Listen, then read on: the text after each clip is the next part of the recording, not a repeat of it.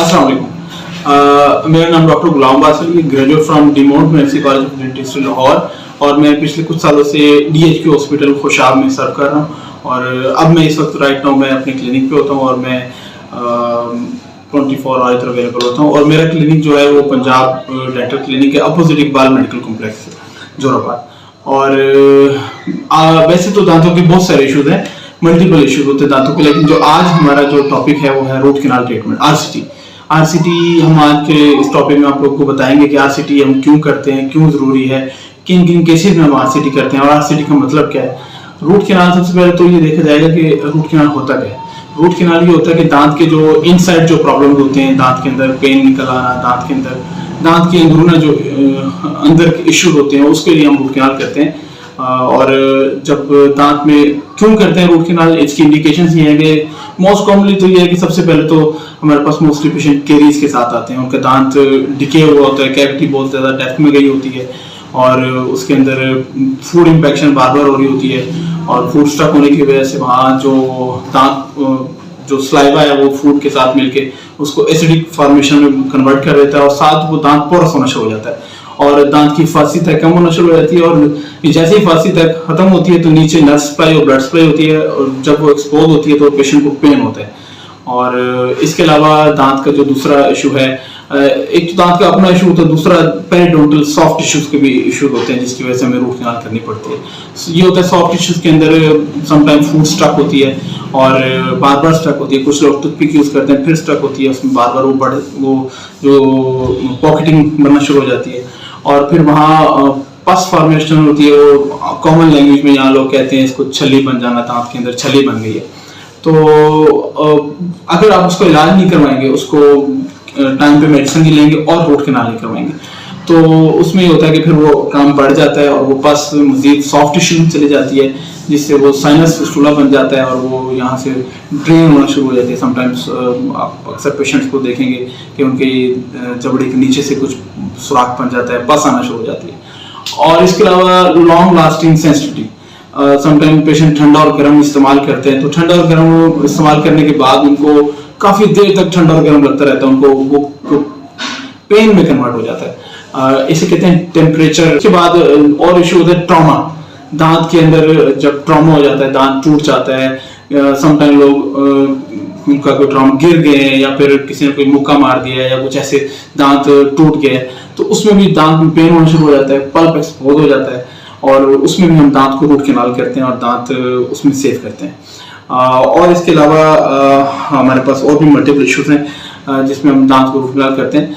तो root canal होता क्या है? रूट कैनाल ये होता है कि दांत के अंदर सबसे पहले हम इसको एनेस्थाइज करते हैं, दांत को सुन कर लेते हैं और जब वो सुन हो जाता है, एनेस्थाइज हो जाता है, उसके बाद हम दांत को ड्रिल करके, जैसे मेरे पास एक मॉडल है मैं आपको समझाने के लिए कि दांत के अंदर जो कैविटी होती है, कैविटी को हम ड्रिल करते हैं। ड्रिल करने के बाद हम जो दांत की जो नर्व सप्लाई और ब्लड सप्लाई वो खत्म करते हैं और जो पस फॉर्मेशन अंदर बन रही होती है, समटाइम एब्सेस होती है, तो वो हम उसको भी साथ रिमूव करते हैं। और फिर उसके बाद इसे ओपनिंग कहते हैं। दूसरा सेकंड स्टेप में हम ये करते हैं, कुछ दिन का गैप शेप दे के फिर उसके बाद हम दांत की जो रूट उसके कैनाल्स हैं, रूट्स के अंदर जो कैनाल्स होती हैं उसको दोबारा से थोड़ा सा हम प्रिपेयर करते हैं, साफ करते हैं मजीद और फिर उसके अंदर कुछ मेडिकेशन टेम्परेरी ऐड करते हैं और उसको भेज देते हैं। फिर 3-4 दिन बाद फिर बुलाते हैं पेशेंट को और उसके बाद पेशेंट के हम जो फिलिंग करते हैं रूट्स की और दांत के जो ऊपरला हिस्सा होता है कैविटी की, दांत को रूट को हम फिल करते हैं। मेरे पास एक और मॉडल है जिसमें मैं आपको दिखाऊंगा कि रूट को हम आखिर में सील करते हैं जहाँ तक दांत की जड़ें होती हैं और फिर उसके ऊपर हम फिलिंग कर देते हैं। फिलिंग के बाद हम पेशेंट को एडवाइस करना चाहिए कि पेशेंट को बताना चाहिए कि आप रूट कैनाल के बाद आप जरूर इसको क्राउन करवाएं क्योंकि रूट कैनाल के बाद दांत ब्रिटल हो जाता है, कभी भी वो टूट सकता है, किसी भी वक्त टूट सकता है।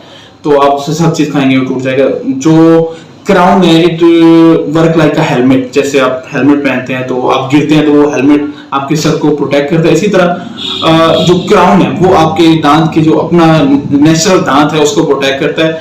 और क्योंकि वो क्राउन जो होता है वो दांत से ज्यादा मजबूत होता है, उसमें मेटल होती है, वो पोर्सिलिन होती है, वो ज्यादा स्ट्रेंथ पर ज्यादा बेहतर होता है और उससे दांत आपका सेफ रहता है, आप उससे हर चीज खा सकते हैं।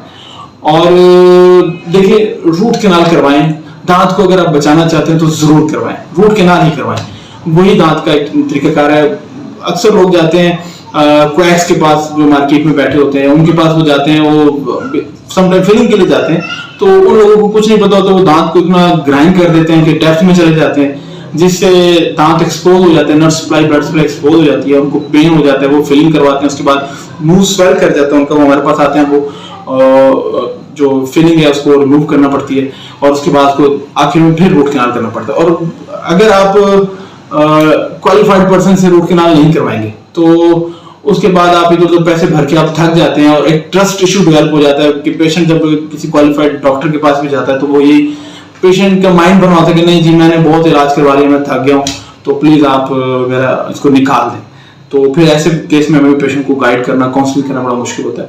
और क्वालिफाइड पर्सन से इसलिए क्योंकि जो इंस्ट्रूमेंट स्टरलाइजेशन बहुत मैटर करती है। अगर आपका जो इंस्ट्रूमेंट है वो स्टरलाइज होंगे तो आपको हेपेटाइटिस बी, सी और एड्स वगैरह इस तरह ये नहीं होगा।